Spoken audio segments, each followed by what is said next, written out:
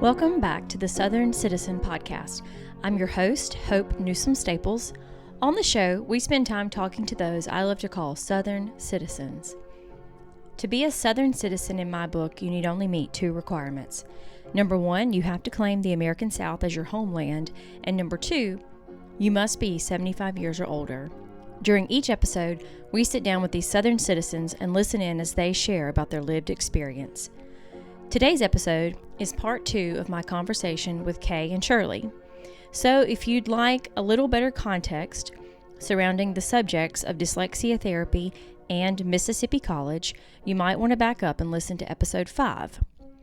When I'm not chatting it up with old folks for the podcast or homeschooling my children, you can find me teaching at my alma mater, Mississippi College, or as the locals call it, MC.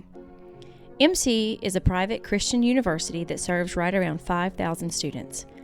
For the last few years, I've been an adjunct faculty member at MC in the Dyslexia Therapy Master's Program.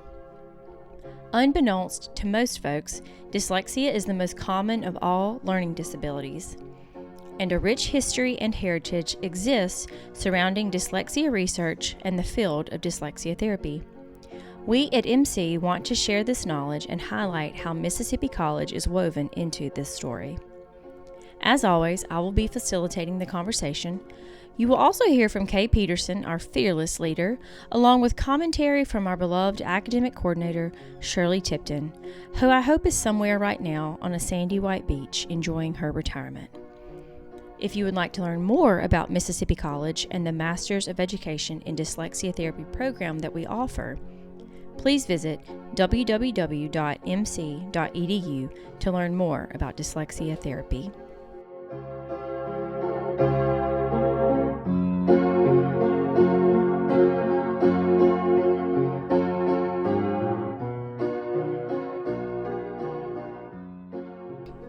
All right, ladies. We're here for episode 2, right, of our Mississippi College Dyslexia Therapy program. Right. History and other things.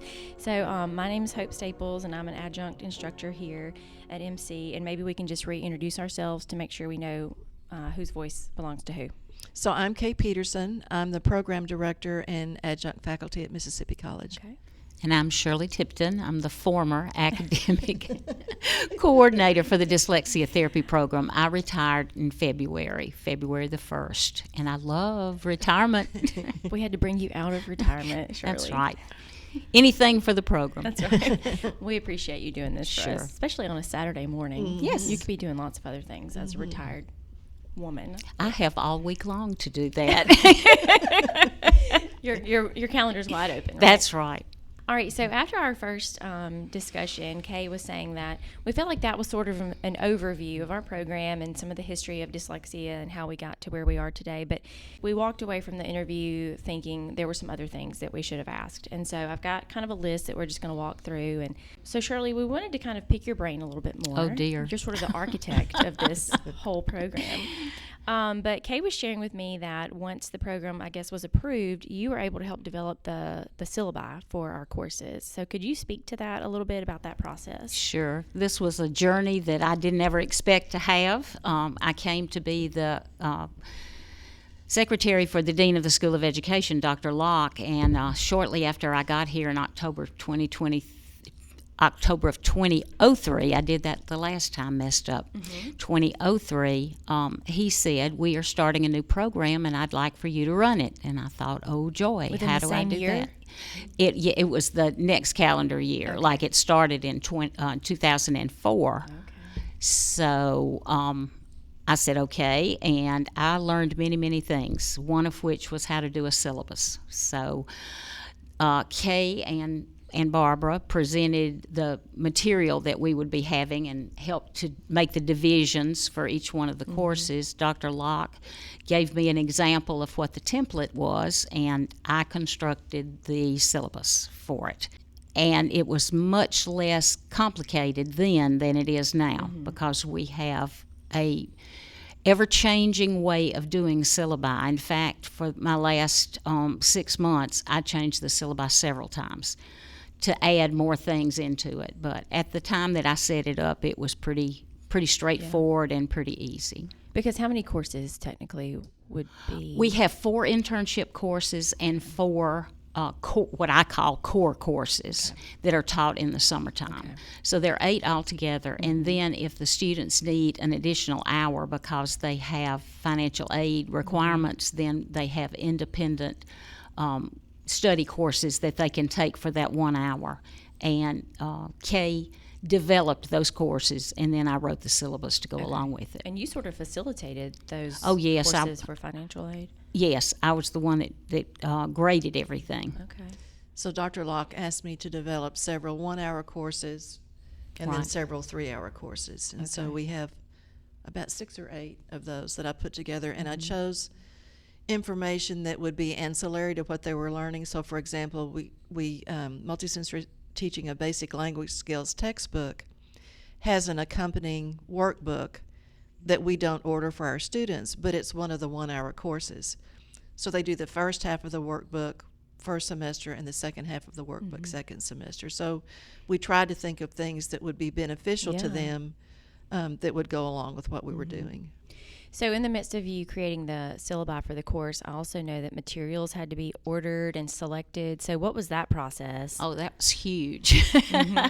Because I think my last count, we had 9 separate notebooks that we use, and the related information and the curriculum guide are huge, and so they all had to be not mimeographed these days, copied and assembled.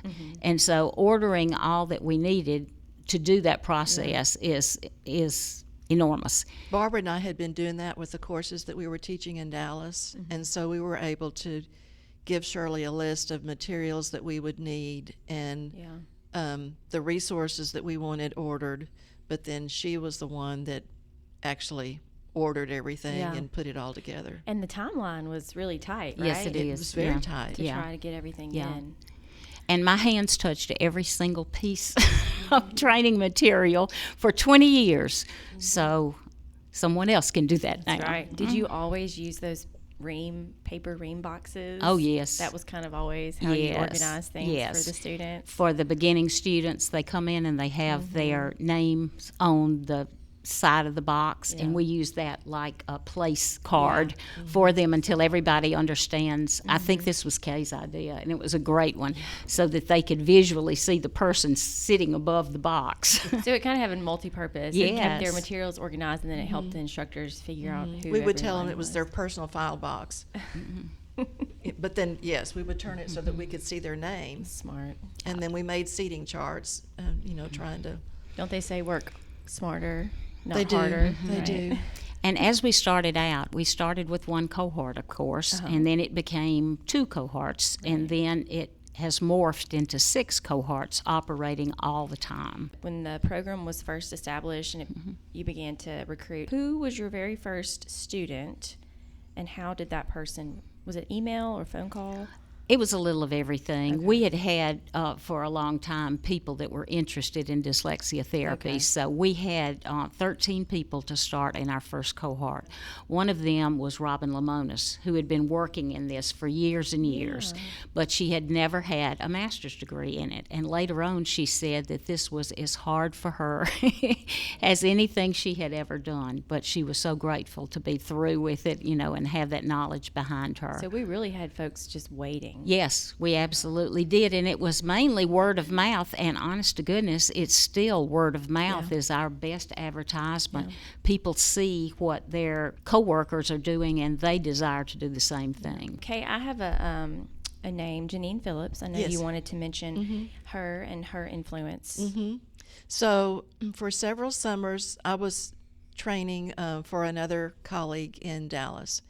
And Janine Phillips had come to Dallas for training because her son had been identified with dyslexia, and she wanted something that she could do to help him. So for 2 years, she traveled to Dallas, and Barbara Fox was her instructor her first year, and I was her instructor her second year. And then when she went back to Wichita, Kansas, she decided that she wanted to set up a training center for teachers there. And so for several summers, I traveled to Wichita to do the instruction while she was working on her training to become an instructor. And when Dr. Locke gave me the call in the spring, could I begin in July? Although I had been teaching for other course directors for several years, I had not written my own curriculum. So Janine very graciously offered me a contractual situation for me to use the curriculum that she had written while I was traveling to Wichita to help her get her training center set up. So we owe a huge debt of thanks to Janine Phillips in Wichita, Kansas for her part in helping us get started at Mississippi College. I think that speaks to the spirit of dyslexia therapy and the program. Mm-hmm. People just want to help each other because we want to help children. Mm-hmm. I'm glad we're adding that in. Mm-hmm. We also wanted to talk about how some of our other instructors came into the program. So you and Barbara came first. Mm-hmm. So Mitty Bilbo, Uh-huh. a resident of Mississippi, Uh-huh. was the first instructor that we taught, and she began in the summer of 2004. She had been using the videotape series at her school and wanted to be doing what Miss Biddle was doing on the videotapes. So she was our very first one that we trained to become an instructor. It's a 3-year internship. So after someone graduates from the course, our accreditation requirements are that they teach in the field for 3 years. And then at Mississippi College, we have designed a 3-year internship, and it's at the invitation of the course director. So then from Mitty, we went to Terry Broom, who was in cohort 1, and then Mary Lou Johnson, who was in cohort 2. Did those two ladies ever teach here at MC, or did they start at Blue Mountain? They were in Blue Mountain. So once the congressional directed grant thank you, was approved at Blue Mountain, and we had worked out being able to use their facilities for training. They had, according to Dr. Locke, there had been a collegial partnership, if you will, or agreement between respect, trust situation between Blue Mountain College and Mississippi College. So they were familiar with our school and we with them. So Mary Lou, the first instructors for Blue Mountain were Barbara Fox and Kay Peterson. Right. And it was concurrent with the class that was going on in Clinton. So I would teach in Clinton and Barbara would teach in Blue Mountain for a week, and then we would swap. tag team. And so Mitty was helping, I think, in Blue Mountain. So we had someone teaching with us in Blue Mountain, but we were teaching by ourselves those weeks in Clinton. Wow. So Terry and Mary Lou were able to come in and take over the responsibility of Blue Mountain. Right. Okay. Yeah. And that's closer to their homes, so Right, okay, it yeah. makes sense that they would do that. Our goal from the very beginning was sustainability. And because this course is taught so differently than other college courses, it's not 1 hour 2 times a week. It is 8 hours a day for 5 consecutive days one week and 5 consecutive days the second week. You really need 2 people. Yeah. And life happens. I mean, we've all along the way, we've had people that, for example, the week that I was teaching in Blue Mountain and Mitty was there with me, her husband had a very serious health issue and she needed to go and be with him. And so that just, happens with all of us. Yeah. So that's why it's so important to have more than one person. So after Mary Lou and Terry, then I believe would Kristen? I think Kristen would be next. Okay, so Kristen Frierson, and I have a note that she was cohort 9, and that was here on the Clinton campus, Yes. where she did her training. Yes. Cohort 7? I'm sorry, 7. Yeah, in 2010. Yes, and she was here on campus. I reviewed my Roman numerals earlier today, y'all, but I had to Yes, think so about Kristen was that. next. Cohort 7, okay. And then in 2013, Hope Staples was in cohort 11, You know her, don't you? Some days. And so after she had worked the required years in the field, then she began her instructor training with us. And that was so that Kristen would have another instructor with her in Hattiesburg and then eventually Summerall. That's right. But you also have come and helped when we needed for you two in Clinton. I think I came in at a time where several of our instructors were having just different issues in their families, health issues, and so I've been able to kind of float in and out, and that's been really special. And you guys have been gracious because I think I've experienced 2 pregnancies in the midst of that. So we've all grown a lot in those few years. Right. And then what about Holly? When did she... I have her as cohort 9 when Holly came Yes, through. she was in the first cohort at Blue Mountain. Okay. So after she had finished her requisite years in the field, then I initially had invited her for instructor training to help with Blue Mountain. But she lives kind of halfway between Blue Mountain and Clinton. And so then she decided to help out with classes in Clinton rather than going to Blue Mountain. And then I have Paige as our next edition. Yes. Okay. So Paige Norwood was in cohort 12 in 2013. Interestingly, you were in cohort 2013. Paige was in 2013, and Celeste Spires was in 2013. Celeste Spires is a current faculty member with us. She was in cohort 11 with you in 2013. She is also an instructor with me in Dallas at a training center there, but wanted to get a master's degree and knew that I was traveling to Mississippi, and so I encouraged her to come to Mississippi. So she was already an instructor, but she did not have a master's degree until she came through the course at Mississippi. And she helps teach here at the Clinton campus. She does teach at the Clinton campus. And then Paige joined in with Mary Lou and Terry. Yes. At So Blue she Mountain. went through her instructor of therapy training with Mary Lou and Terry at Blue Mountain. And they are about to finish up Crystal Strickland as an instructor of therapy at Blue Mountain. And she will take the place of Terry, who retired. So we've had some movement in the last few years, just life changes. So the next thing I have on my to-do list for us was to talk about our first textbook, Structures and Techniques. I don't think I've ever even heard of that. So maybe you can share with us what that is. Well, we have some in our library, so I can show you one. So Structures and Techniques was the first name for the textbook that we use now, Foundations for Literacy. And that when the education pendulum swung, which it does occasionally, and the word literacy became the buzzword of education for language arts, reading, writing, and spelling, then they changed the title to Structures and Techniques, which came from the work of Orton and Gillingham, to Foundations for Literacy. Okay, so it's the same content. It's the same there are a few additions in Foundations for Literacy from Structures and Techniques, but if you turn the pages, it's primarily the same content, but a different title, course title. I was just thinking about this too with our Foundations textbook. Are there any other programs that you know of that use that as a textbook? Janine uses it in Wichita, Kansas. I think the Shelton School uses it for some of their courses that they teach. That's kind of another historical question, Hope, because after alphabetic phonics was developed at Scottish Rite Hospital in the 60s, and it was officially named alphabetic phonics, there were eventually about 12 or 13 courses that only used that Structures and Techniques textbook to teach alphabetic phonics, and they were all at the therapy level.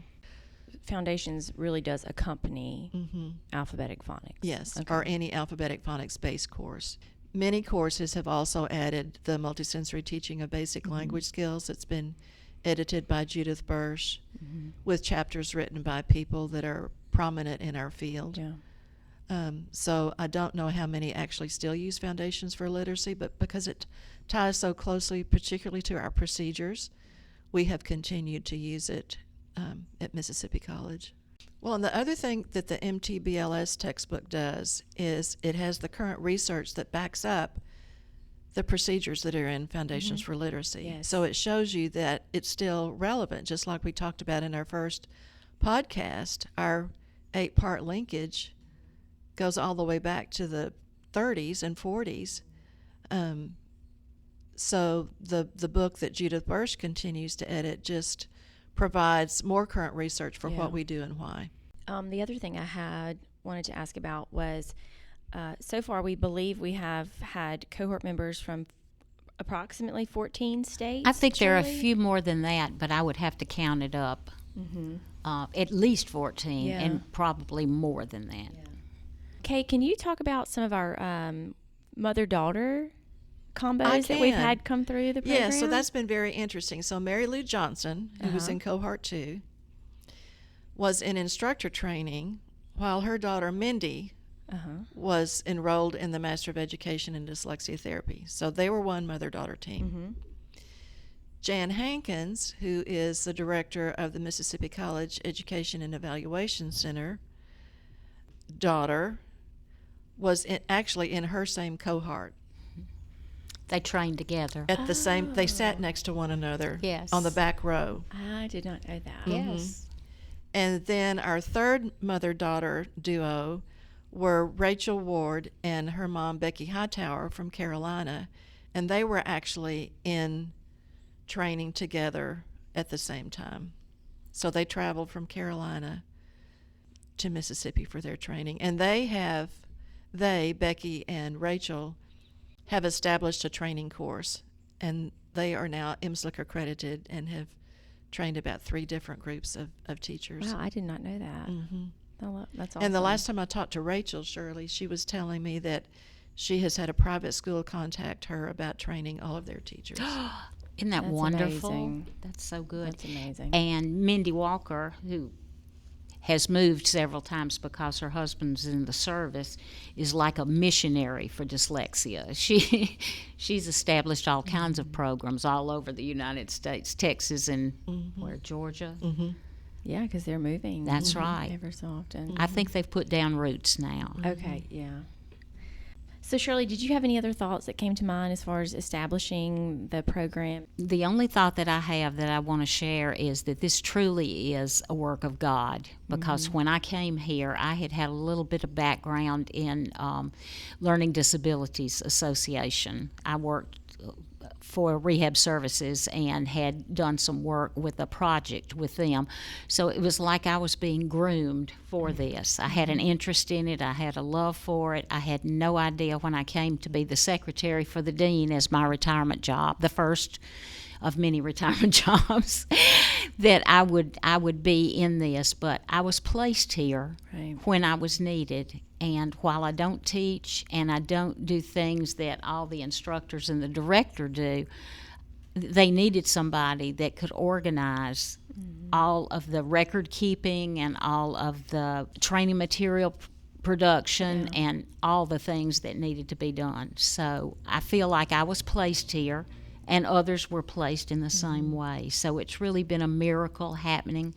It was hard for me to leave, but at age 74, it was time to let someone younger than I and probably more skilled, particularly in technology, take over. So it has truly been a blessing to me, and the people that I have met have been absolutely wonderful, and it's been a joy of my life. Yeah. The other important part about that is that Barbara and I live in Dallas, Texas. And so we very fortunately could arrive. Shirley had everything organized, everything printed, everything ready, and we step in and do the instructing. But traveling from a different state, we absolutely needed somebody that was here on campus, and Shirley is so organized that she had everything ready for us. Most of the time.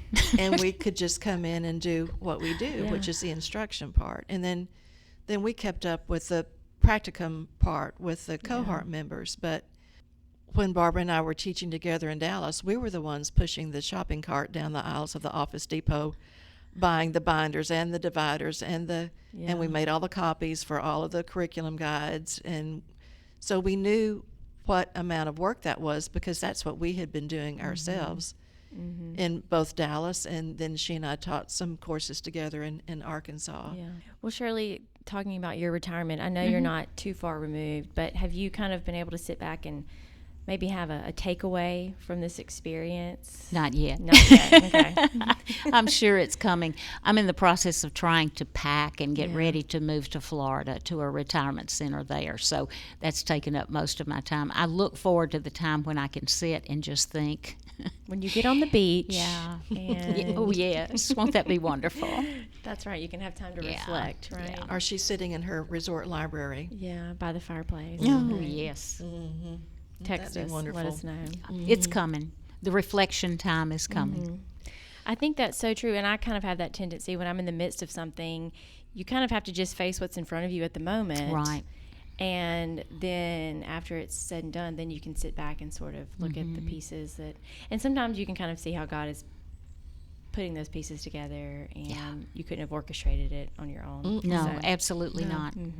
We could not have gotten here on our own. I mean, as we said in our first podcast, it really is a gift from our Heavenly Father and a ministry for Him that we hold very dear to our hearts.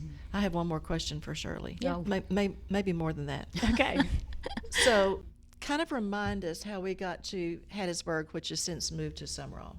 Okay, because we had such a success in North Mississippi at Blue Mountain Christian University, as it's called now, we decided that there are students that are on the Gulf Coast and in the southern part of Mississippi that would like to have something that was closer to them for their training rather than coming to Clinton.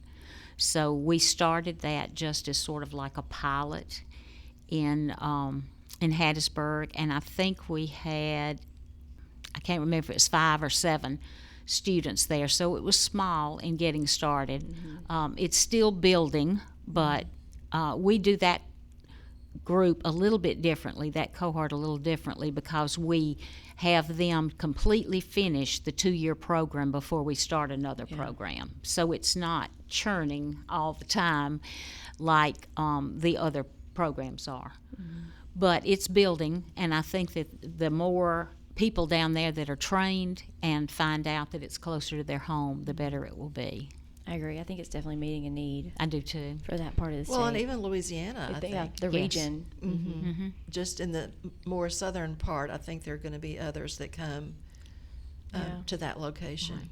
Since I've been able to help Kristen there, we are so thankful for Benedict Day School Yes. and the fabulous facility that they allow us to use there. That's It's been right. a blessing to us and for our cohort members too. So It's not an enormous amount of money, but we are paying for the use of the classrooms and the materials and equipment and everything that's there. So yes. Blue Mountain and Blue Mountain and and Summerall. Summerall, that's correct. the other question that I was thinking of for Shirley was before your retirement.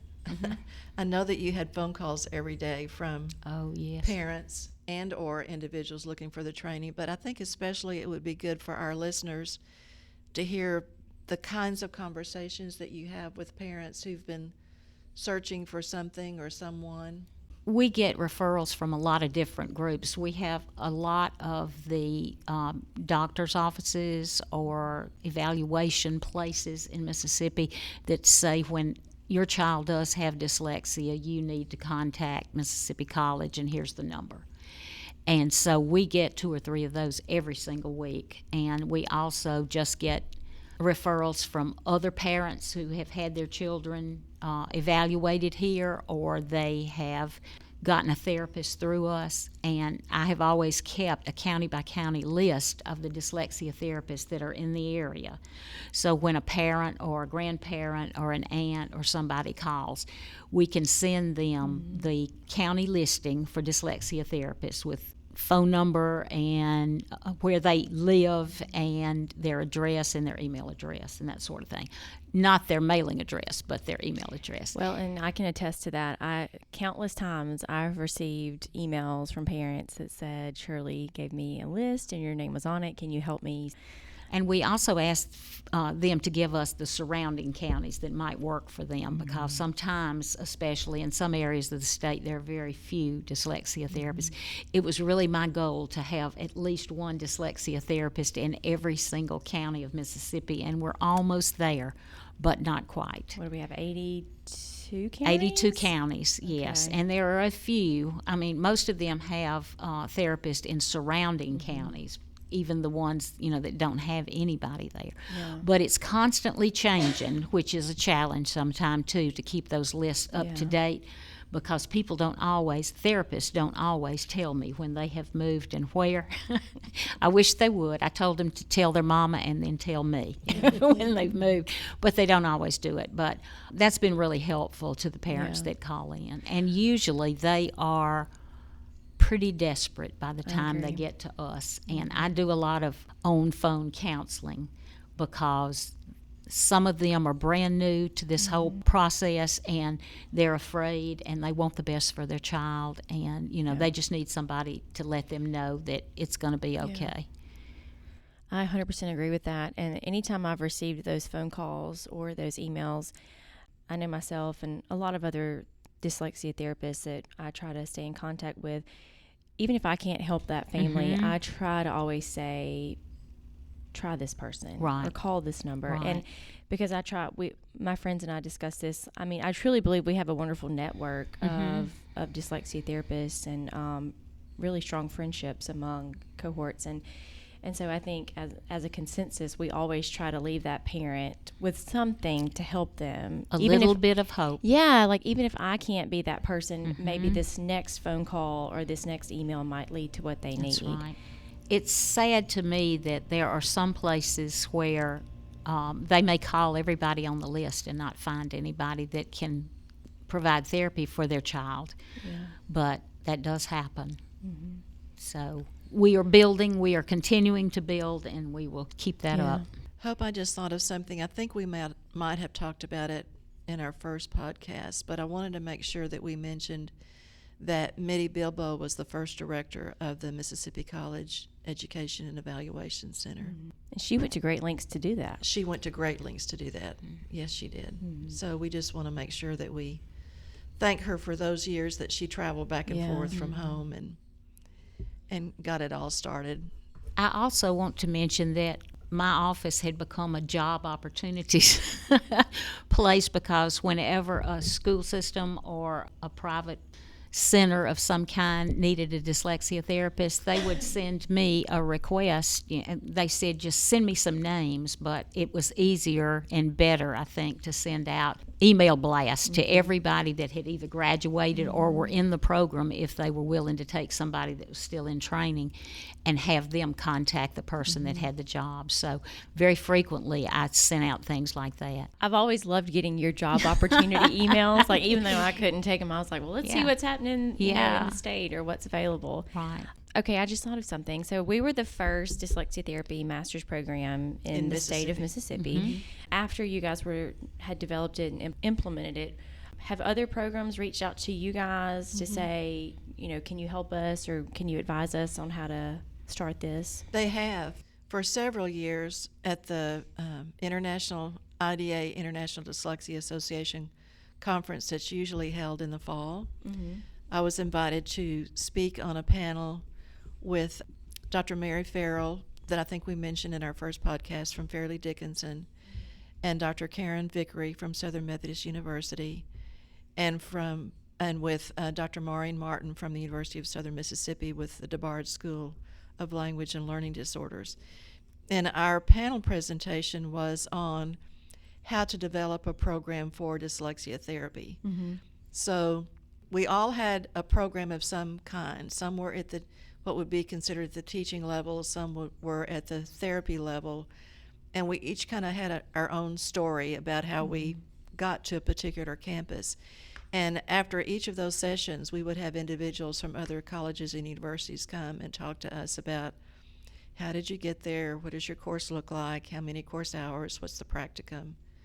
So I don't know how many specifically have designed a whole master's degree around it, but there's quite a list on our MSIC is our accrediting organization specifically for us. And on that website, there is a list of all the colleges and universities that have at least what they would call a certificate program, which would be 9 or 12 hours in their particular curriculum that is a part of their master's degree. I think in our first podcast, you walked us through some of the historical facts as far as dyslexia and the research, and Dr. Orton, and he was active in the 1920s and 30s. Anna Gillingham worked with him, and there's kind of a dyslexia family tree. Can you trace back to where you've had colleagues that were trained by others that had a direct connection to Dr. Orton? Okay, can you tell me about that? Well, Barbara Fox was trained by Ailett Cox. Okay. Ailett Cox was trained by someone who was trained by Sally Childs. That person was trained by Anna Gillingham, and Anna Gillingham worked with Dr. Orton. So really not that far removed. We're about 5 steps removed from Dr. Orton. And Ailett Cox is the author of... She's the main author of our textbook. Okay. First, Structures and Techniques, and now Foundations for Literacy. Okay. She unfortunately passed away several years ago. Did you meet her? Mm-hmm. Okay. I did. All Went to right. some of her lectures. All right. She came to some of mine. We're about 5 folks removed from Dr. Orton, right? I think he would be proud of y'all, huh? I think so too. I texted a few dyslexia therapists from the program and asked them if they had any questions for you, and only one's gotten back to me so far. Okay. I think they must be all in therapy right now. But the question was really kind of a 2 or 3 part question. But when did you decide to pursue dyslexia therapy? And was there a pivotal moment, or was there a student that sort of inspired you to step into this field? Well, I had been very fortunate to be at home with my children when they were in elementary school. And my husband and I were directors of a Sunday school department at our church. And every year we would have, it was 5th graders, and every year we would have 5th graders who came and were not proficient in reading and writing and spelling. So that was kind of my first introduction to that. And so once my children were older, upper elementary, junior high school, a friend down the street called and said, "I've heard about this class called Alphabetic Phonics, and I think that you and I would really enjoy taking the class." So Ailett Cox was giving sessions on introducing people to what the course looked like and how long it took and all the procedures. So we went to her introduction session, and the dates that she was teaching did not fit our calendar that summer. So my neighbor down the street and I, and we still are in contact with each other monthly, just about, we went to the Shelton School in Dallas for our training. So that was 1987. And the rest is history. The rest is history. I'd say you've been at it ever since. Oh, right? wow. I was just going to do a little part-time something, maybe half a day while my children were in school. You just never know, right? You just never know. That's kind of like a retirement job at Mississippi College that will be a secretarial job and, a wonderful close to home thing, and then it morphed as well. That's what I've been learning. If you just keep saying yes to the things that God puts in front of you, then you just... He gives you the strength to do it. Because growing up, I didn't ever want to say a prayer in Sunday school class. I never wanted to read anything in front of anybody else, and here we are. And 1987 was the year that I got my undergraduate degree from Mississippi College after 20 years of being out of school. So, isn't that funny? We both started an adventure together. In 87, Yes, and we never did. even knew it. No, Because never. I wouldn't be working here Did if y'all I know didn't have that a degree. up until this point? I just found this that very out. moment. Yeah. And that summer when I was in training, so my training was 3 weeks each summer. And because my husband and I were directors of a Sunday school class, our children went to a summer camp. And we went to the summer camp to help. So I was at Shelton during the day from 8 to 4 for class. And then I would drive an hour to the summer camp and go to all the, church services at the night and spend the night in a cabin with 5th grade girls. Wow. And then I would get up the next morning at 6 and drive back into Dallas to the Shelton School for training. Wow, the Lord really did sustain you. He really did sustain me. That is, and what were you receiving your undergrad degree in at that time, Shirley? I was working full-time for the state of Mississippi for vocational rehab for the blind, and so they had a program that people that were state employees could go to school and get their undergraduate degree, and it was called General Studies with emphasis in data processing. Now, does that not date me? I love that degree. Don't you love it? Such an 80s degree. Yes, and I was really proud to get it because I was out of school for a good long while. Mm-hmm. So you graduated from MC in 1987, and then you never The imagined. rest is history. Mm-hmm. Did you ever think about throwing in the towel while you were here? There were moments, but usually not dealing with dyslexia. Mm-hmm. It was usually the peripheral things. Yeah. But I stuck it out. This kind of just came to mind, even in the midst of different trends, or I'm not quite sure the word, that have come and gone in the world of education. Do you feel like the dyslexia therapy program has sort of been... I think it's maintained its own. I think one of the things that is a positive, I think, for almost all of the courses that I'm aware of is that we have respected and maintained the skeleton, if you will, of what we teach. But we've been very thoughtful about keeping abreast of current research and making sure that we've added that into our course. For example, when alphabetic phonics was written over that 10-year period at Scottish Rite Hospital in Dallas, they had what they called auditory practice activities that are in our situation learning teachers guides, because that predated all the research on phonological awareness.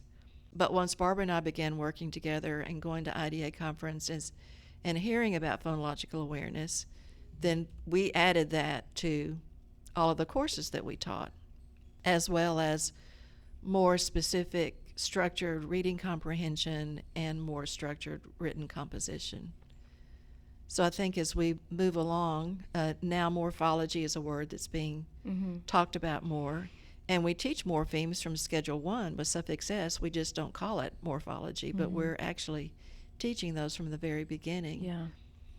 So I think it's important to maintain and respect what works from the past, but be cognizant of what current research is telling us, if it's appropriate research, peer-reviewed, and all of those things that need to go into it. And I'd like to add that I can attest to the fact that we make changes along the way. You know, things are not, we are not using the same, we're using the same core information as we had in 2004, but every year some things are modified and some things are changed and updated.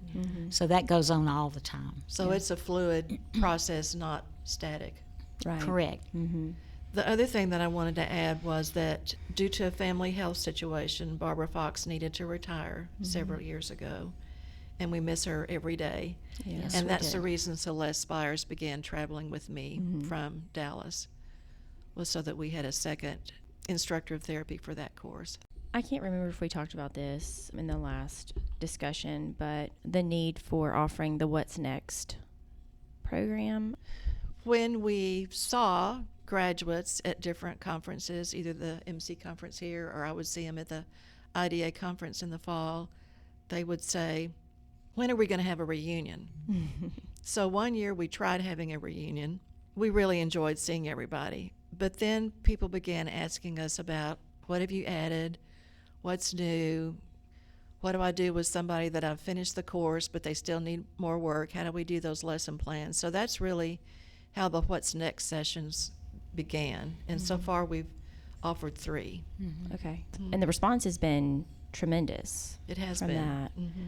I also think that speaks to the importance of the conference that we have here at MC and how important it is to attend that, to kind of maintain that camaraderie with cohort members. It's like a reunion. It's like a great big family reunion, but you learn too. I know. I don't know what I'm going to do this year, Miss Shirley, when I get off that elevator and turn the corner and you're not standing behind that table waiting on me. She's going to be smiling in her resort in the library by the We'll fireplace. FaceTime you. And Yeah, that's right. And saying, do your best. that's right. Pay attention, right? Yeah, right. Well, ladies, thank y'all. I think that we were able to cover more ground and maybe Good. add a little bit more context and details to things. And I can't think of, Shirley, you got And something? thank you very much for doing this before I've completely lost my mind with everything. The memory's going fast. With the packing and the transitioning Yes, and yes. all Well, that involves. Maybe this summer when you're on the beach and you've had time to reflect, I might come back and interview you again Okay. and maybe get those nuggets of wisdom maybe that will have formed by then. We'll see how much wisdom gets formed. Thank you. excuse. Thank you, Hope. Thank you very This much. has been so fun, and just to be able to, like, just sitting here just a few minutes ago, you all learned something new about each other. We had a and- revelation, didn't Yeah, and I think that speaks to the beauty of just sitting down and talking with each other and in a small group setting, which is the absolute heart of what dyslexia therapy is Yes, looking it at the individual, figuring out what they need to succeed. And we just hope that these conversations have just maybe shed light on the mission and the work that we do here at MC. I think that's it for us, right, Thank ladies? you. Thank you, Yeah. Hope.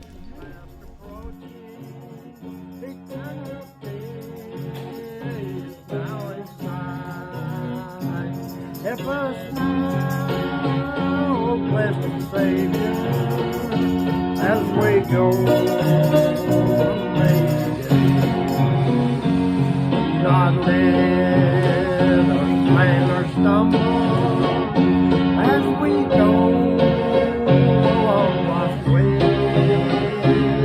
Lead us on, oh Lord Jesus, Lord that happy home high. Hide us in